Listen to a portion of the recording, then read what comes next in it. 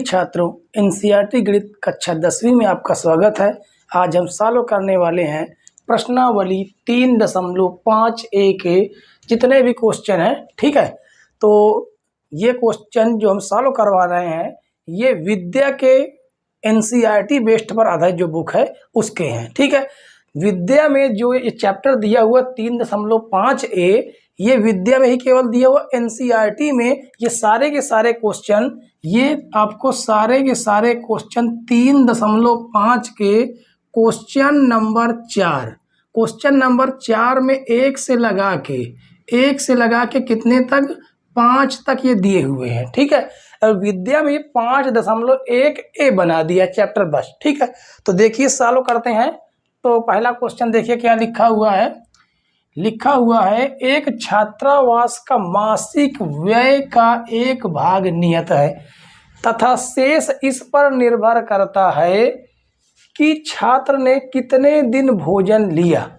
जब एक छात्र ए, मतलब एक छात्र है जिसका नाम ए है, को जो 20 दिन भोजन करता है, 1000 रुपये छात्रावास के व्यय के लिए अदा करना पड़ते हैं। ठीक है, जबकि एक विद्यार्थी बी जो 26 दिन भोजन करता है, छात्रावास के व्यय के लिए 1800 रुपये अदा करने पड़ते हैं।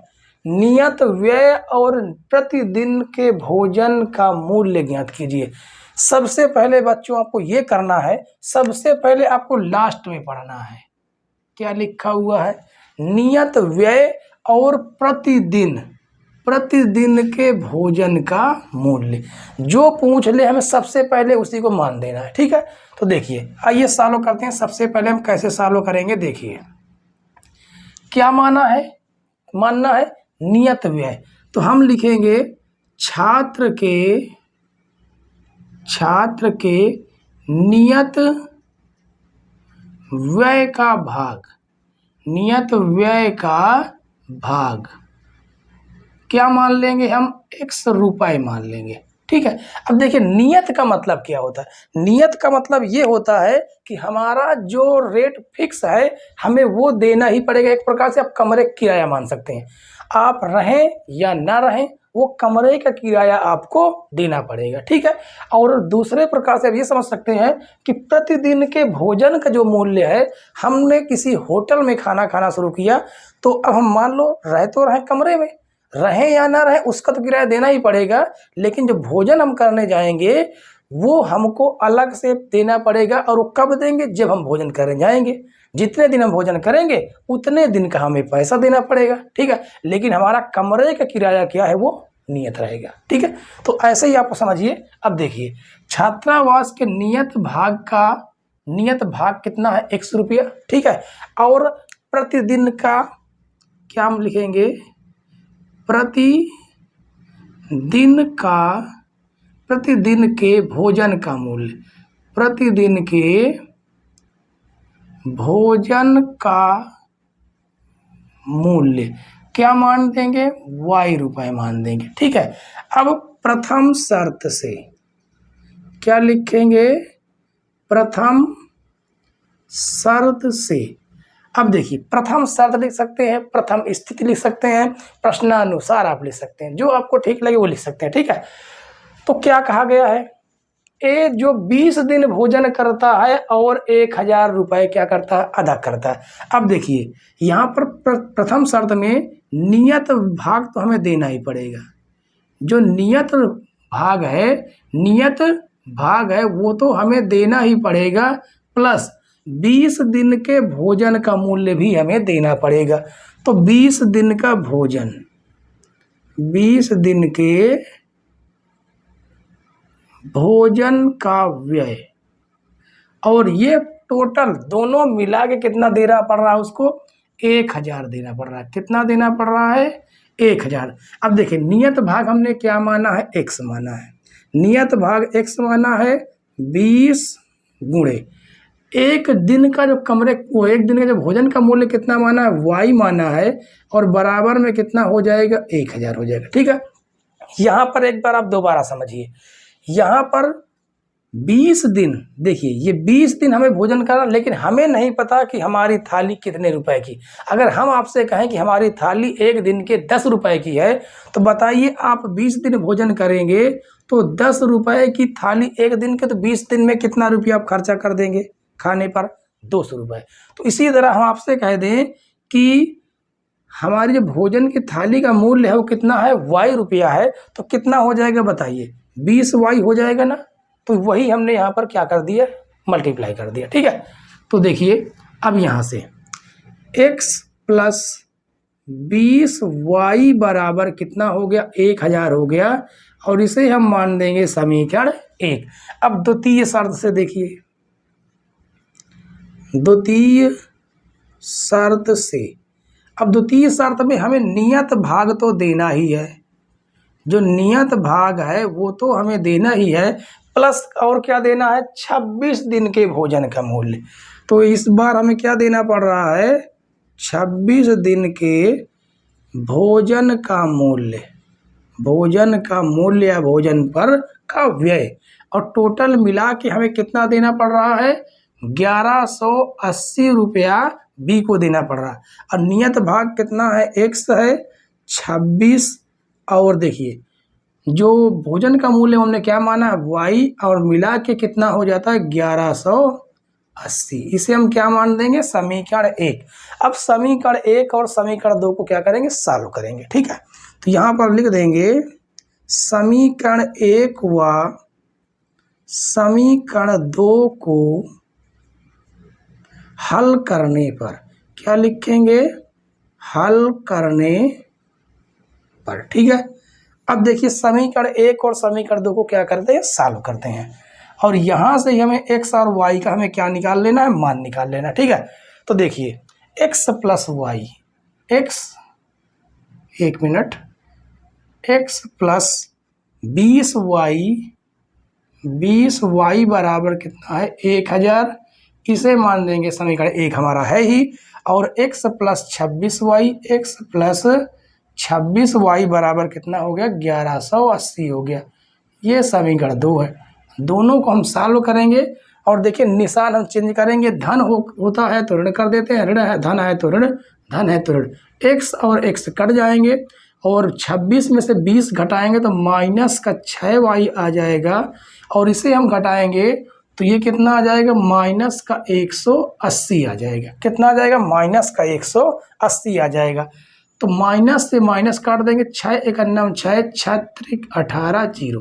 यहाँ से y की वैल्यू कितनी प्राप्त हो गई, देखिए y की वैल्यू 30 प्राप्त हो गई, और y का मान हम समीकरण 1 में रख देंगे।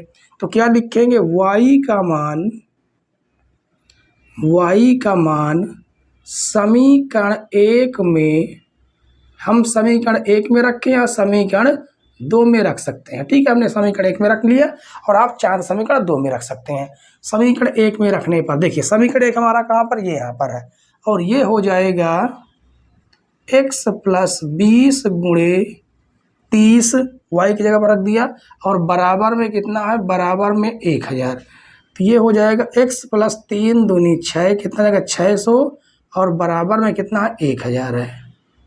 अब देखिए यहाँ से x की वैल्यू कितनी निकल के आ जाएगी, 1000 माइनस 600, तो यहाँ से x की वैल्यू निकल के कितनी आ जाएगी, 400 रुपये।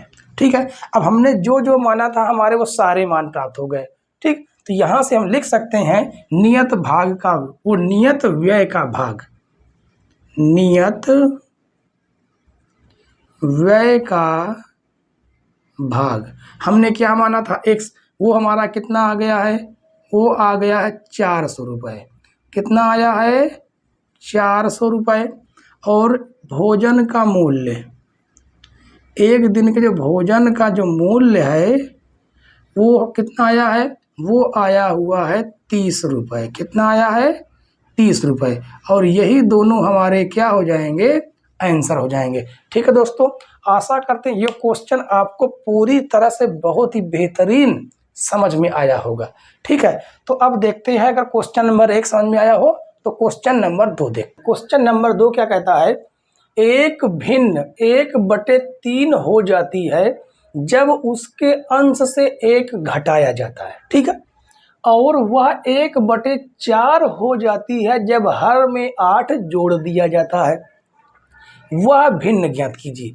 ये एग्जाम बोर्ड के दृष्टि से क्या है, मोस्ट इम्पॉर्टेंट है। ये क्या है, मोस्ट इम्पॉर्टेंट क्वेश्चन है। इसको आप टिक कर लीजिएगा, ठीक है। ये अधिकतर पेपर में देखा जाने वाला क्वेश्चन है और सबसे आसान ये होता है, ठीक है। तो देखते हैं इसको।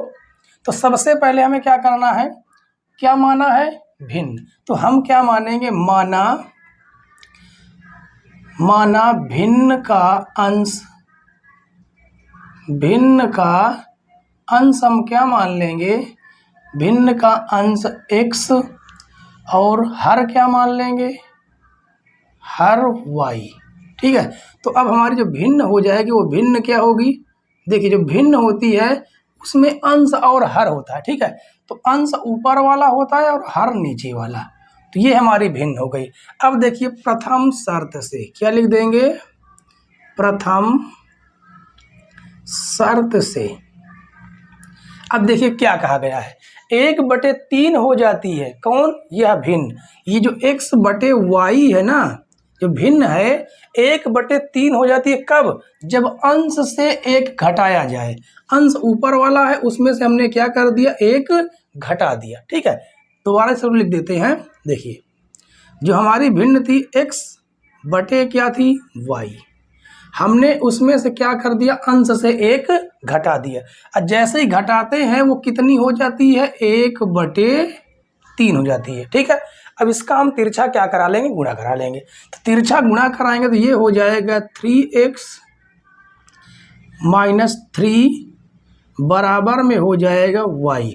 अब ये धन से चला गया ऋण में और ये ऋण से चला जाएगा धन में, तो ये हो जाएगा 3x - y बराबर 3। क्या हो गया, ये समीकरण 1, ठीक है।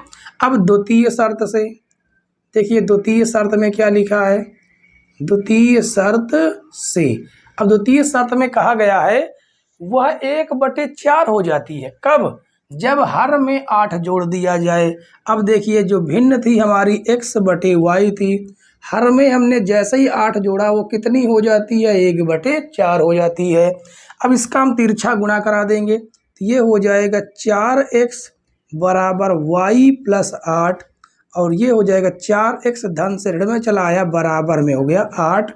समीकरण 2 प्राप्त हुआ, ठीक है। अब समीकरण 1 और 2 को आराम से सॉल्व करेंगे।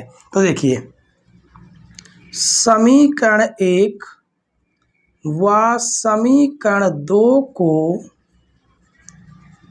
हल करने पर, अब समीकरण 1 और 2 को आराम से हम लोग सॉल्व करके x और y के मान प्राप्त कर लेंगे, ठीक है।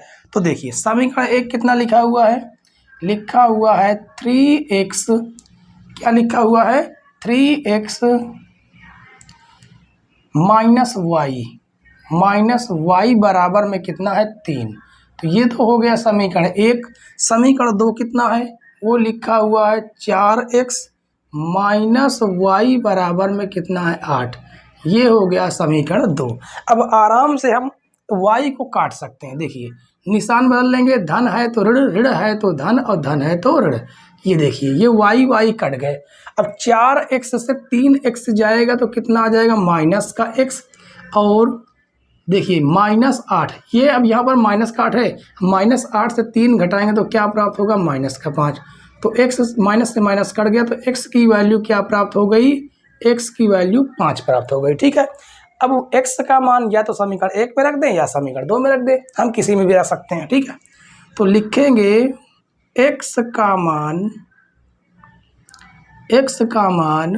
समीकरण 1 में रखने पर, चलिए रखते हैं समीकरण 1 में, रख दीजिए इस जगह पर 3 × 5 -y बराबर 3। तो 3 × 5 = 15 -y बराबर 3। ये धन से ऋण में चला जाएगा तो -y बराबर 3 माइनस कितना हो जाएगा, 15 हो जाएगा। तो -y बराबर 15 से 3 घटाएंगे तो -12, माइनस से माइनस कट गया और यहाँ से y की वैल्यू क्या प्राप्त हो गई 12। अब हमने क्या माना था, हमने भिन्न माना था। तो देखिए हमारी जो भिन्न है वो हमारी भिन्न क्या प्राप्त हुई, भिन्न हमने क्या माना था, x बटे वाई माना था।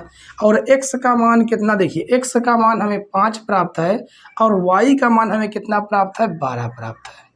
ठीक है, तो ये हमारी क्या हो गई, भिन्न हो गई और यही हमारा आंसर हो गया। ठीक है, एक काम यहाँ पर आप कर सकते हैं, अगर आप आंसर चेक करना चाहें तो आप चेक कर सकते हैं। देखिए प्रथम शर्त में क्या कहा गया है, अगर हम क्या करते हैं, अंश से 1 घटा दें तो कितनी हो जाती है, 1/3। देखिए अंश हमारा कितना है, अब देखिए भिन्न, भिन्न हमें 5/12 प्राप्त होना, हमें जांच करना है। ठीक है, चाहे तो कर सकते हैं, चाहे तो कोई दिक्कत नहीं है, लेकिन हम आपको प्रूफ बता रहे हैं।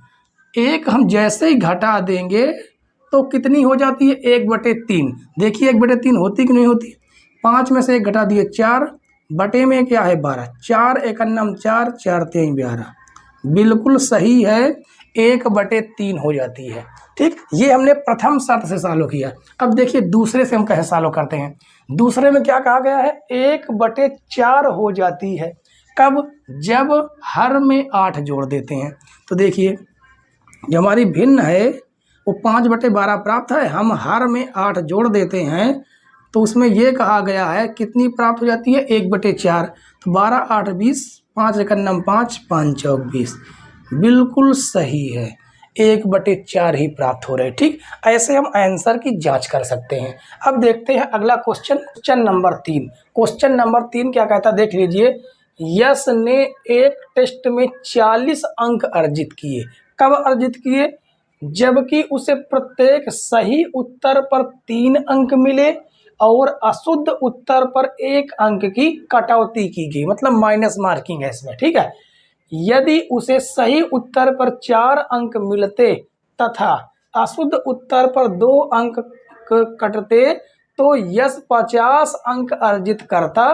टेस्ट में कितने अंक थे, टेस्ट में कितने प्रश्न थे। ठीक है, अब देखिए हमने कहा सबसे पहले आपको लास्ट में पढ़ना है। अब यहाँ पर पूछा टेस्ट में कितने प्रश्न थे।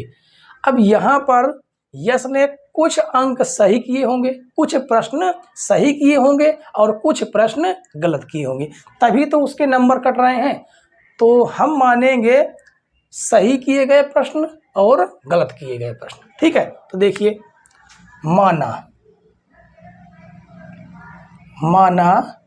यश द्वारा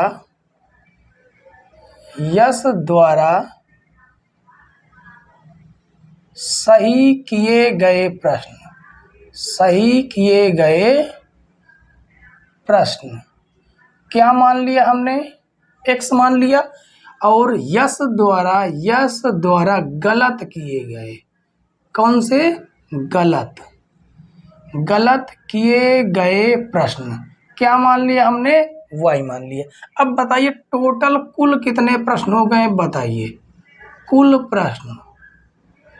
आप खुद सोचिए, जब पेपर आप देने गए होंगे तो आपने कहा होगा कि हमने 5 सही किए 10 गलत कर दिए, यानी कि आपने कितने क्वेश्चन करके आए, 5 सही किया 10 गलत कर दिया, यानी 15 क्वेश्चन 15 करके आए। यहाँ पर भी हमें क्या करना है, दोनों को क्या कर देना है, सही और गलत दोनों को ऐड कर देना। ठीक है, अब हम आ जाते हैं क्वेश्चन पर।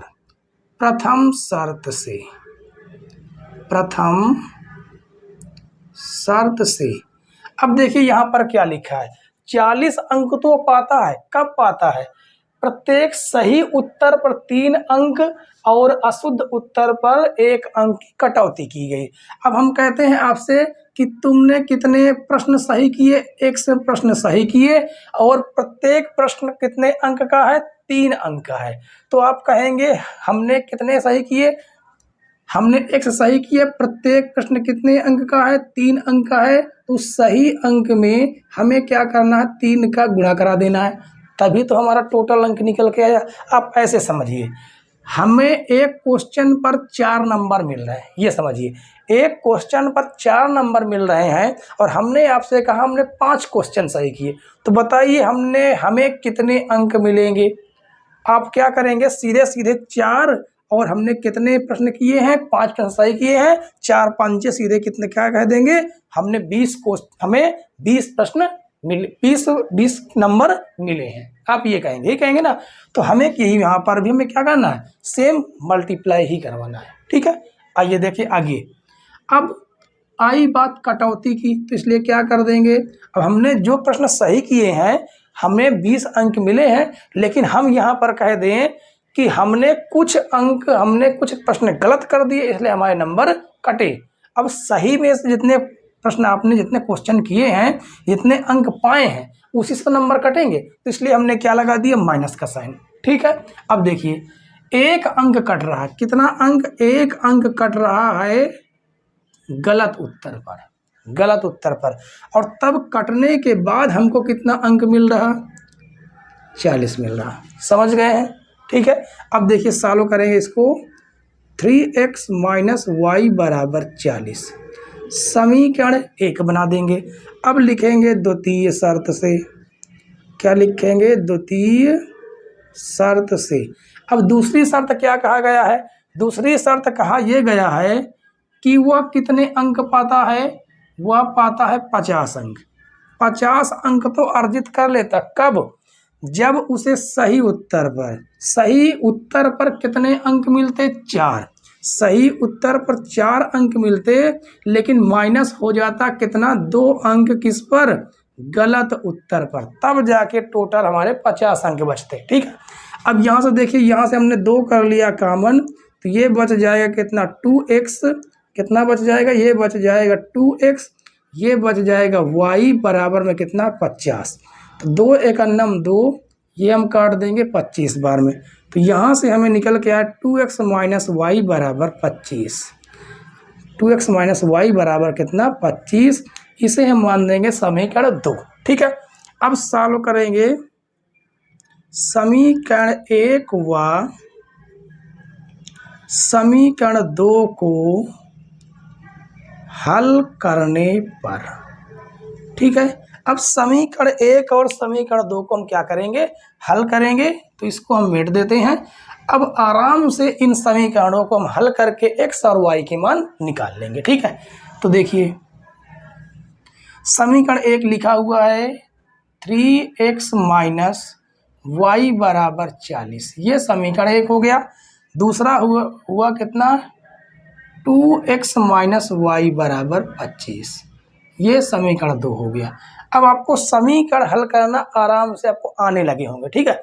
अगर नहीं आते हैं तो इसके पहले के जितने भी हमने आपको समीकरण सॉल्व करना सिखाया है, आप उन्हें पहले जाके पढ़िए, ठीक है। तो देखिए अब निशान बदलेंगे, धन है तो ऋण, ऋण है तो धन, धन है तो ऋण, तो y से y तो कट गए, और 3x से 2x जाए, क्या प्राप्त हो जाएगा, x। और यहाँ से देखिए 40 से 25 घटा दीजिए, देखिए 10 में से 5 जाए कितना आ जाएगा, 5, और 3 में से 2 गए कितना आ गया, 1, यानी x की वैल्यू हमें क्या प्राप्त हो गई, 15। अब x की वैल्यू उठा के हम समीकरण 1 में रख देंगे, ठीक है। तो देखिए x का मान समीकरण 1 में रखने पर, समीकरण 1 में रखने पर, रखिए समीकरण 1 में, तो 3 गुणे x की जगह पर कितना रख देंगे, 15 रख देंगे, माइनस y बराबर कितना हो जाएगा, 40, तो 15 45 माइनस y बराबर 40, तो यहाँ से y बराबर 40 माइनस 45, तो y का मान कितना निकल के आया, माइनस का 5, और माइनस से माइनस हम काट देंगे, तो y बराबर कितना प्राप्त हो जाएगा, 5 प्राप्त हो जाएगा, ठीक है। अब हमें क्या निकालना था, हमें कुल प्रश्न निकालना था, कुल प्रश्न निकालना था कि परीक्षा में, टेस्ट पेपर में कुल कितने प्रश्न थे, तो हमने लिख दिया कुल प्रश्न x प्लस वाई, x का मान कितना आया है, 15 आया है, और y का मान कितना है, 5 है, तो कुल प्रश्न कितने हो गए, 20 हो गए, ये हमारा हो गया आंसर, ठीक है। अब देखिए ये क्वेश्चन भी आपको पूरी तरीके से समझ में आया होगा, डाउट बिल्कुल क्लियर होगा, क्वेश्चन के साथ साथ हम डाउट भी बिल्कुल क्लियर कर देते हैं, ठीक है। अब देखिए क्वेश्चन नंबर 3 साल होता है, तो क्वेश्चन नंबर 4 साल करते हैं। क्वेश्चन नंबर 4, एक राजमार्ग पर दो स्थान ए और बी 100 किलोमीटर की दूरी पर हैं। एक कार ए से तथा दूसरी कार बी से एक ही समय चलना प्रारंभ करती हैं। ठीक है, यदि ये कारें भिन्न भिन्न चालों से, मतलब अलग अलग उनकी चाल है, चालों से एक ही दिशा में चलती हैं तो वे 5 घंटे पश्चात मिलती हैं। ठीक, जब वे विपरीत दिशाओं में चलना प्रारंभ करती हैं तो वे 1 घंटे पश्चात मिलती हैं। दोनों कारों की चाल ज्ञात कीजिए। सबसे लास्ट में क्या लिखा है? दोनों कारों की चाल ज्ञात कीजिए। तो हम क्या मानेंगे? माना पहली कार की चाल, माना पहली कार की चाल, पहली कार की चाल क्या मान लेंगे? x किलोमीटर प्रति घंटा। और दूसरी कार की चाल, दूसरी कार की चाल क्या मान लेंगे? y किलोमीटर प्रति घंटा। ठीक है, अब देखिए, अब हम लिखेंगे प्रथम शर्त से। क्या लिखेंगे? प्रथम शर्त से। अब प्रथम शर्त से क्या कहा गया है? देखिए, यहाँ से पढ़िए। कहाँ से? यहाँ से। जब ये कारें भिन्न भिन्न चालों से एक ही दिशा में चलती हैं तो वे 5 घंटे पश्चात मिलती हैं। अब देखिए, यहाँ पर हम जो फार्मूला लगाने वाले हैं वो लगाने वाले हैं दूरी बराबर। ठीक, आप इस फार्मूले को याद रखिए। कौन सा? आप इसे याद रखना है, चाल बराबर दूरी बटे समय। इसे याद रखना है। ठीक है, अब देखिए, यहाँ से हम दूरी का फार्मूला निकालेंगे तो इसलिए भाग से कहाँ चला जाएगा? गुणे में चला आएगा। तो यहाँ से जो दूरी का फार्मूला निकल के आएगा वो दूरी बराबर निकल के आएगा चाल गुणे समय, चाल गुणे समय। ठीक है, अब देखिए दूरी कितनी है? दूरी देखिए 100 किलोमीटर। कितनी है? 100 किलोमीटर है। तो दूरी हमने क्या लिख दिया? 100 किलोमीटर। चाल देखिए, चाल कितनी है? x चाल है। ठीक है, चाल तो यहाँ पर देखिए x है। कितनी है? x चाल है। और देखिए x गुणे समय कितना है? 5 घंटे देखिए लग रहा। माइनस, क्यों माइनस करेंगे ये आप समझ लीजिए। जब देखिए, जब कभी दो कारें एक ही दिशा में चलना शुरू करें तो दोनों की जो स्पीड होती है वो आपस में क्या हो जाती है? घट जाती है। ठीक है, स्पीड आपस में क्या होती है? घट जाती है। और जब दो कोई भी वाहन हो वो विपरीत दिशा, मतलब एक दूसरे की तरफ चलते हैं तो उन दोनों की चालें आपस में क्या होती हैं? जुड़ जाती हैं। जब कभी आपने देखा होगा कि आप ट्रेन में बैठे हों तो सामने से आने वाली ट्रेन बहुत स्पीड में गुजर जाती है। इसका मतलब हमारे ट्रेन की चाल जिसमें हम बैठे हैं और सामने से आने वाली कार ट्रेन की चाल दोनों आपस में जुड़ जाती है। ठीक है, इसलिए यहाँ पर हम क्या करेंगे? माइनस लगाएंगे। अब देखिए, अब माइनस क्या था? चाल किसी दूसरी वाले की y गुणे समय कितना? वही 5 घंटे। अब देखिए, यहाँ से हम 5 कामन कर लेंगे। ठीक है, यहाँ से क्या करेंगे? हम 5 कामन कर लेंगे तो ये बच जाएगा x माइनस वाई। तो 5 का नम 5, 5 दूनी 10। इसे हम लिख सकते हैं x माइनस वाई बराबर 20, समीकरण 1। ठीक है, अब द्वितीय शर्त से क्या लिखेंगे? द्वितीय शर्त से। इस बार द्वितीय शर्त में क्या कहा गया है? कहा गया जब वे विपरीत दिशा में चलना प्रारंभ करती हैं तो 1 घंटे पश्चात मिलती। इसका मतलब देखिए, दोनों की चाल क्या हो गई? जुड़ गई ना, जब विपरीत में चली। तो देखिए, दूरी फिर भी कितनी है? 100 ही है उनके बीच की दूरी। ठीक है, अब देखिए, चाल कितनी है? x है, लेकिन समय कितना है? 1 घंटे। और यहाँ पर हम क्या कर देंगे? जोड़ देंगे, क्योंकि चालें क्या हो जाएंगी? जुड़ जाएंगी। ठीक है, अब देखिए, तो क्या हो जाएगा? y गुणे 1 घंटे। ठीक है, अब देखिए, इसको हम लिख देंगे 100 बराबर x प्लस वाई। तो इसे हम लिख सकते हैं x प्लस वाई बराबर 100, समीकरण 2। अब हम लिखेंगे समीकरण 1 और समीकरण 2 को हल करने पर। ठीक है, तो यहाँ पर हम लिख देते हैं समीकरण 1 व समीकरण 2 को हल करने पर, ठीक है। तो समीकरण 1 और 2 को हम क्या करेंगे, हल करेंगे। उसके लिए थोड़ा सा हम जगह खाली कर लेते हैं, ठीक है। अब देखिए आगे, अब इसे आराम से हम लोग समीकरण को सॉल्व करेंगे, ठीक है। देखिए क्या लिखा हुआ समीकरण, समीकरण 1 x माइनस वाई बराबर 20, ये हो जाएगा समीकरण 1। समीकरण 2 लिखा हुआ x प्लस वाई बराबर कितना दिया हुआ, 100 दिया हुआ, कितना दिया हुआ, 100, ये हो जाएगा समीकरण 2। अब देखिए y और y वाले कट जाएंगे और x कितना हो जाएगा, 2x बराबर, जोड़ेंगे 100 और 20 कितना हो जाएगा, 120, और ये हम काट देंगे 2 छंग 12, और यहाँ से x की वैल्यू क्या निकल के आ गई, x की वैल्यू निकल के आ गई 60, ठीक है। अब x की वैल्यू हम समीकरण 1 में रख देंगे, ठीक है। तो लिखेंगे x का मान समीकरण 1 में रखने पर, समीकरण 1 में रखने पर रख दीजिए इस जगह पर। तो 60 माइनस वाई बराबर 20, तो माइनस वाई बराबर 20 माइनस 60, तो माइनस वाई बराबर माइनस का 40, तो वाई बराबर कितना प्राप्त हो गया, वाई बराबर 40 प्राप्त हो गया।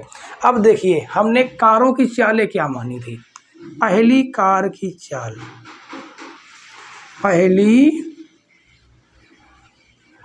कार की चाल हमने क्या माना था, x माना था, और x की वैल्यू कितनी निकल के आ गई, 60 किलोमीटर प्रति घंटा, ठीक है।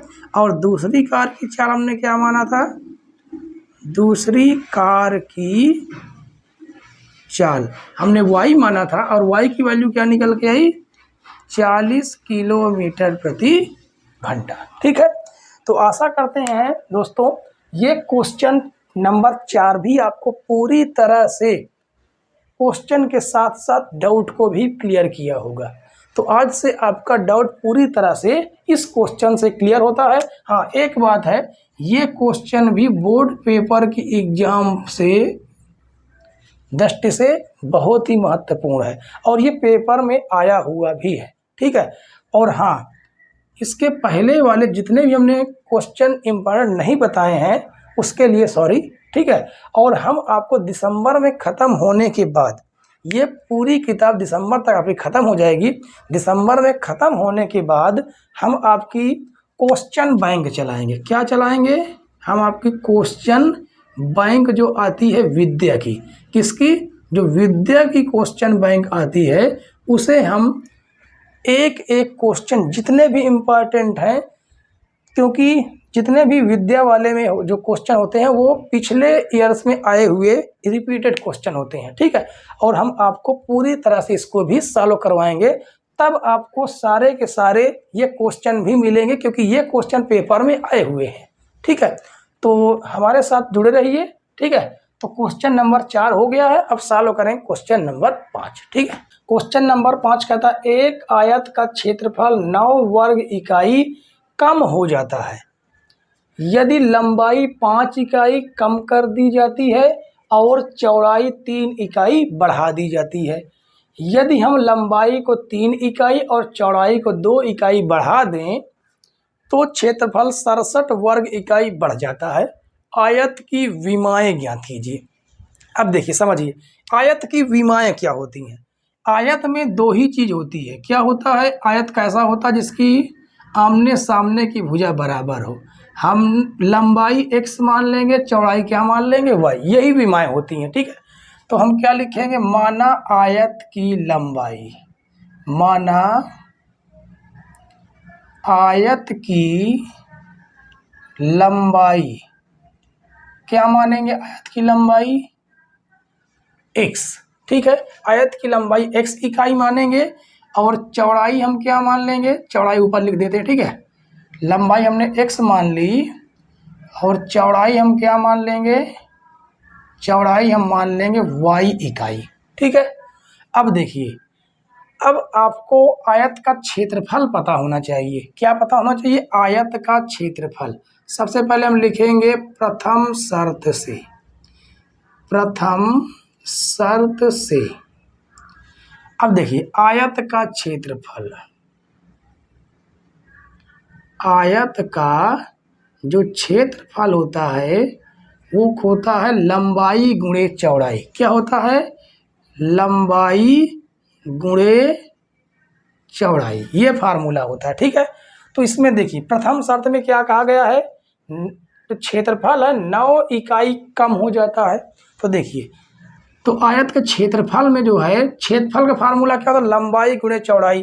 तो हमने ये लिख दिया लंबाई, क्या लिख दिया, लंबाई हमने क्या माना, x माना ना, तो लंबाई हमने x, चौड़ाई क्या, y। वो जो क्षेत्रफल है ये क्या होता है, 9 इकाई क्या हो जाता है, कम हो जाता है। कब कम हो जाता है? जब लंबाई क्या कर देते, 5 इकाई कम कर देते हैं। तो लंबाई देखिए, लंबाई कितनी है, लंबाई x थी, हमने क्या कर दिया, 5 कम कर दिया, और चौड़ाई, चौड़ाई 3 बढ़ा देते हैं। चौड़ाई हमने क्या माना, देखिए y माना था, और हमने उसमें क्या कर दिया, 3 हमने बढ़ा दिया। समझ गए? अब देखिए अब इन्हें हम सॉल्व करेंगे, तो ये हो जाएगा xy माइनस 9 बराबर, गुणा कर देंगे तो ये हो जाएगा xy, गुणा कर देंगे तो प्लस का 3x, गुणा कर देंगे इसका 5 का माइनस का 5y, और माइनस 5 तेई 15। तो xy धन का और इधर भी धन का कट जाएगा, ये धन से में आएगा कट जाएगा। ठीक है, अब देखिए बराबर में क्या बचा, 3x माइनस 5y, इधर माइनस में 9 तो बचा ही हुआ है, ये बचा हुआ है 3x माइनस 5y माइनस 15। अब देखिए एक बात यहाँ पर थोड़ा सा, ये माइनस में है, इस पार से अगर माइनस को हम इधर लाएंगे तो प्लस में 9 आ जाएगा, बराबर में क्या बच जाएगा, 0। तो अब इस वाले को हम इस पोर्शन में रख लेंगे, तो ये हो जाएगा 3x माइनस 5y, 15 में से 9 घटा दीजिए, कितना का, माइनस का 6 बराबर 0। तो यहाँ से हो जाएगा 3x माइनस 5y बराबर 6, समीकरण 1। ठीक है, अब देखिए दूसरी शर्त से क्या कहता है, देखिए इधर नोट करते हैं, दूसरी शर्त से मतलब द्वितीय शर्त से, द्वितीय शर्त से। अब द्वितीय शर्त में क्या कहा गया है, कहा गया है यदि हम लंबाई को 3 इकाई, चौड़ाई को 2 इकाई बढ़ा दें तो क्षेत्रफल 67 वर्ग इकाई बढ़ जाता है। फार्मूला हमारा यही होगा, आयत का क्षेत्रफल, आयत का क्षेत्रफल बराबर लंबाई गुणे चौड़ाई। ठीक है, अब देखिए आयत का जो क्षेत्रफल है, फार्मूला क्या है, लंबाई गुणे चौड़ाई, यानी x गुणे y, क्या हो जाता है, 67 वर्ग इकाई क्या हो जाता है, बढ़ जाता है। तो ये हमने क्या करा दिया, बढ़ा दिया, मतलब जोड़ दिया। ठीक है, और जो लंबाई है, लंबाई हम क्या करते हैं, लंबाई में 3 इकाई, लंबाई x थी उसमें हमने क्या कर दिया, 3 इकाई, और चौड़ाई में क्या कर दिया, 2 इकाई बढ़ा दिया गया, यानी x प्लस 2। ठीक है, अब इसे देखिए हम सॉल्व करेंगे, तो xy प्लस 67 बराबर x का y में गुणा हो जाएगा, तो हो जाएगा xy प्लस का 2x प्लस का 3y और प्लस का 3 दूनी 6, ये धन का ये भी धन का क्या हो जाएगा, कट जाएगा। ठीक है, अब इसे हम क्या करेंगे, इसे हम इस पार लाएंगे, तो 67 माइनस 6, और ये हो जाएगा 2x प्लस 3y। अब इसे हम सॉल्व करेंगे, कितना आ जाएगा, 61 आ जाएगा। अब बराबर में कितना है, 2x प्लस 3y है। अब इसको हम इस पार भी तो लिख सकते हैं ऐसे, 2x क्या लिख सकते हैं, 2x प्लस 3y बराबर 61, समीकरण 2। अब देखिए समीकरण 1 और समीकरण 2 को हम क्या करेंगे, सॉल्व करेंगे, और सॉल्व करके हम x और y की मान निकालेंगे। ठीक है, तो इसके लिए हम क्या करते हैं, इसको मिट देते हैं। ठीक है, और समीकरण 1 और 2 को हम सॉल्व करेंगे। ठीक, तो देखिए इसको हमने मिट दिया, और यहाँ पर हम लिखेंगे, देखिए इसका हम समीकरण लिख लेते हैं, 3x माइनस 5y बराबर में कितना है, 6। ठीक है, यहाँ पर हम लिए लिख देते हैं समीकरण 1, क्योंकि जगह बची हुई है। समीकरण 1 व समीकरण 2 को हल करने पर, ठीक है। तो समीकरण 1 देखिए ये हमने लिख दिया, समीकरण 2 लिख देते हैं, 2x + 3y बराबर कितना है 61 है, ये हो जाएगा समीकरण 2, ठीक है। अब इन्हें देखिए ये हमारा लिख चुका है, इसे हम क्या कर देते हैं मेट देते हैं, ठीक है, क्योंकि अभी इनका कोई काम नहीं हमें। तो आगे देखिए, अब अगर हमें x काटना है तो दोनों x वाले क्या होने चाहिए बराबर, अगर हमें y काटना है तो दोनों y वाले क्या होने चाहिए बराबर। हम किसे बराबर करते हैं, हम देखिए बराबर करते हैं किसको, हम बराबर करेंगे y को। y को बराबर करने के लिए 3 का ऊपर हम गुणा कर देंगे, ठीक, और 5 का नीचे समीकरण 2 में गुणा कर देंगे। इसी बात को हम लिखेंगे, क्या लिखेंगे, देखिए क्या लिखेंगे, समीकरण 1 में 3 से गुणा व समीकरण 2 में 5 से गुणा करने पर, ठीक। अब देखिए हम गुणा कर देते हैं, 3 त्रिक 9x माइनस 3 पचे 15y बराबर तिरछंक कितना हो जाएगा 18, 5 से गुणा करेंगे 5 दूनी 10x प्लस 5 तेई 15y और 5 एकन्नम 5, 5 छः के कितना हो जाएगा 30 हो जाएगा, ठीक है। 5 एकन्नम 5 और 5 छः के 30। अब देखिए ये तो गया कट, ठीक है।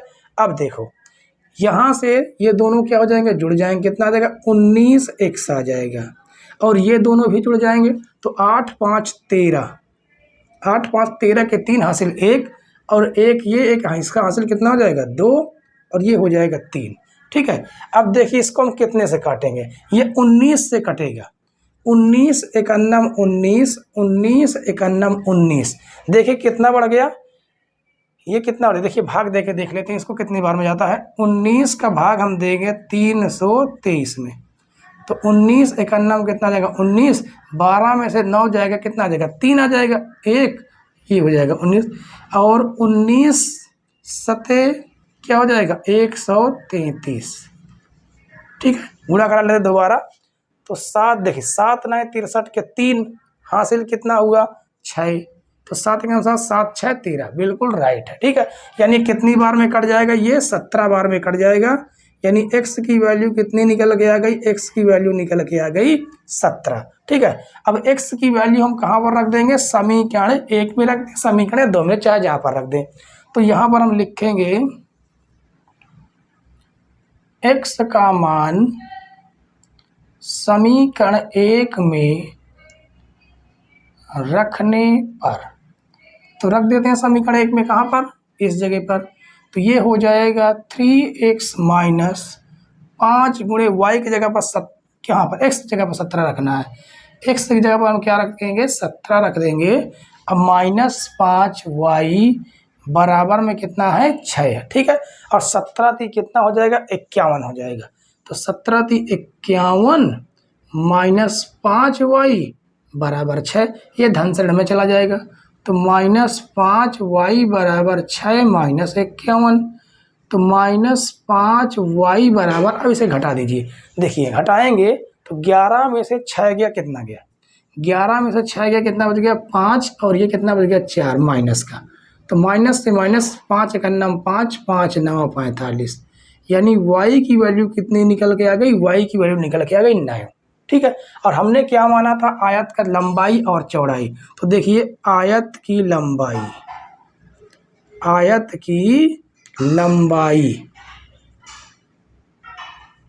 कितनी आई है, देखिए आयत की लंबाई 17 इकाई, ठीक है। और आयत की चौड़ाई कितनी निकल के आई है, चौड़ाई 9 इकाई निकल के आई, ठीक है। तो यही दोनों हमारे क्या हो जाएंगे, आंसर हो जाएंगे। तो आशा करते हैं दोस्तों आपको क्वेश्चन नंबर 5 भी पूरी तरह से समझ में आया होगा। अब सॉल्व करते हैं क्वेश्चन नंबर 6। क्वेश्चन नंबर 6 देखते हैं, ऋतु धारा के अनुकूल 2 घंटे में 20 किलोमीटर तैर सकती है तथा धारा के प्रतिकूल 2 घंटे में 4 किलोमीटर तैर सकती है, तब उसकी स्थिर जल में तैरने की तथा धारा की चाल ज्ञात कीजिए। सबसे लास्ट में पढ़िए क्या लिखा है, तैरने की और धारा की चाल, जो पूछ ले हमें वही मान देना, ठीक है। तो हम क्या लिखेंगे, माना ऋतु के तैरने की चाल, ऋतु के तैरने की चाल क्या मानेंगे, x किलोमीटर प्रति घंटा। और धारा की चाल हम क्या मानेंगे, लिखेंगे धारा की चाल, धारा की चाल हम क्या मानेंगे, y किलोमीटर प्रति घंटा। अब एक बात ये बिल्कुल क्लियर समझ लीजिए कि जब कभी भी आपको धारा के अनुकूल, धारा के प्रतिकूल या बोट से संबंधित या तैरने से संबंधित कोई भी क्वेश्चन आए, आपको 4 काम बिना सोचे विचारे कर लेना। पहले 2 काम तो ये हो गए कि तैरने की चाल मान लो और धारा की चाल मान लो, ठीक, पहला काम। दूसरा काम क्या है, धारा के अनुकूल तैरने की चाल, धारा के अनुकूल तैरने की चाल, तैरने की चाल क्या होती है, x प्लस वाई किलोमीटर प्रति घंटा। अब देखिए कैसे आपको दिमाग लगाना है, दिमाग लगाना है अनुकूल का मतलब धारा की दिशा में।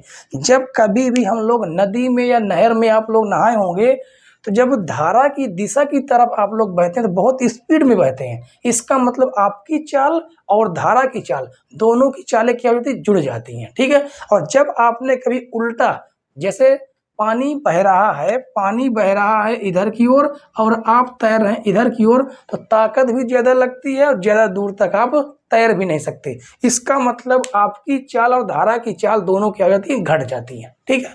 तो ऐसे ही देखिए, समझिए। अब देखिए, अब धारा के प्रतिकूल क्या लिखेंगे, धारा के प्रतिकूल तैरने की चाल, तैरने की चाल क्या हो जाएगी, x माइनस वाई किलोमीटर प्रति घंटा। अब लिखते हैं प्रथम शर्त से, प्रथम शर्त से क्या कहा गया, पहली बार देख लेते हैं हम। यहाँ पर कहा गया है 2 घंटे में 20 किलोमीटर तैर सकती है। तो हम कौन सा फार्मूला लगा दे, कोई भी फार्मूला लगा सकते हैं। समय बराबर, एक ही फार्मूला हमने आपको बताया है, आप एक ही फार्मूला याद रखिए, समय बराबर दूरी बटे चाल, ठीक। ये समय फार्मूला लगाइए। देखिए समय कितना दिया हुआ है प्रथम शर्त में, 2 घंटे, बराबर दूरी कितनी दी हुई है, 20 किलोमीटर, कितनी दी हुई है, 20 किलोमीटर।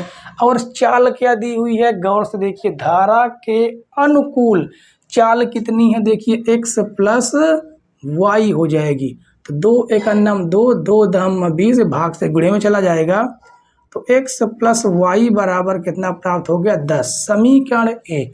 अब दूसरी शर्त से देखिए, द्वितीय शर्त से, द्वितीय शर्त से देखिए क्या लिखा हुआ है। इस बार कह रहा धारा के प्रतिकूल 2 घंटे में, कितने घंटे में, 2 घंटे में कितनी दूरी, 4 किलोमीटर। इसी फार्मूले में रख रहे हैं, दूरी कितनी है, 4 किलोमीटर। और चाल कितनी है, देखिए धारा के प्रतिकूल चाल देखिए x माइनस वाई है, यानी x माइनस वाई, 2 एक अन्नम 2, 2 दूनी 4, यहाँ से x माइनस वाई की वैल्यू निकल के आ गई 2। समीकरण 2, ठीक है। अब यहाँ पर लिखेंगे हम समीकरण 1 व समीकरण 2 को हल करने पर, समीकरण 1 व समीकरण 2 को हल करने पर, ठीक है।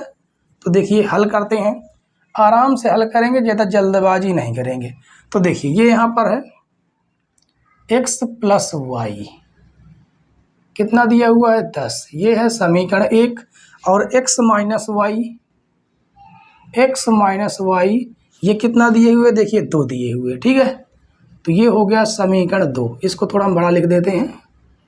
अब देखिए दोनों को हमें हल करना, y से y क्या हो जाएगा, कट जाएगा, तो 1 1 कितना हो जाएगा, 2x बराबर कितना हो जाएगा, 10 2 12, 2 छंग 12, यहाँ से x की वैल्यू कितनी निकल के आ गई 6। उठा के x की वैल्यू हम समीकरण 1 में या समीकरण 2 में कहीं पर भी रख दीजिए, ठीक है। तो लिखेंगे x का मान समीकरण 1 में रखने पर, रख दीजिए x की जगह पर, तो 6 प्लस y बराबर 10, y बराबर 10 माइनस 6, तो y बराबर कितना आ गया 4। और हमने क्या माना था, तैरने की चाल, ऋतु की तैरने की चाल, तो वो सब हमने लिख देते हैं। ऋतु के तैरने की चाल क्या माना था x, और x की वैल्यू निकल के आई है 6 किलोमीटर प्रति घंटा, और धारा की चाल हमने क्या माना था, धारा की चाल y माना था, वो कितनी निकल के आई 4 किलोमीटर प्रति घंटा।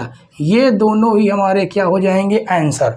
एक बात और समझ लीजिए, ये भी पेपर की दृष्टि से बहुत ही इम्पोर्टेंट क्वेश्चन है, इसको भी आप लोग टिक कर लेना है, ठीक है, इसे भी आपको टिक कर लेना है, ठीक है। तो बच्चों आज की वीडियो का ये लास्ट क्वेश्चन था। अब बचते हैं हमारे कितने क्वेश्चन, 5 क्वेश्चन। ये 6वां क्वेश्चन है, 7वां, 8वां, 9वां, 10वां और 11वां, जिसमें से ये 2 प्रश्नावली में दिए हुए हैं और ये 3 जो हैं ये अन्य महत्वपूर्ण में दिए हुए हैं। तो ये पांचों के पांचों क्वेश्चन हम कल की वीडियो में डिस्कशन करेंगे, ठीक है। तो कल की वीडियो देखना ना भूलें, कल की वीडियो भी ऐसी ही इंटरेस्टिंग रहेगी और आपको, हमें आशा है कि आज की वीडियो में आपको बहुत ही मज़ा आया होगा आज की क्वेश्चन सॉल्व करने में, ठीक है। तो ठीक है दोस्तों, आज के लिए इतना ही। तो चलते हैं, कल फिर मिलते हैं सुबह 6 बजे, ठीक है। तो वीडियो देखने के लिए धन्यवाद दोस्तों, जय हिंद।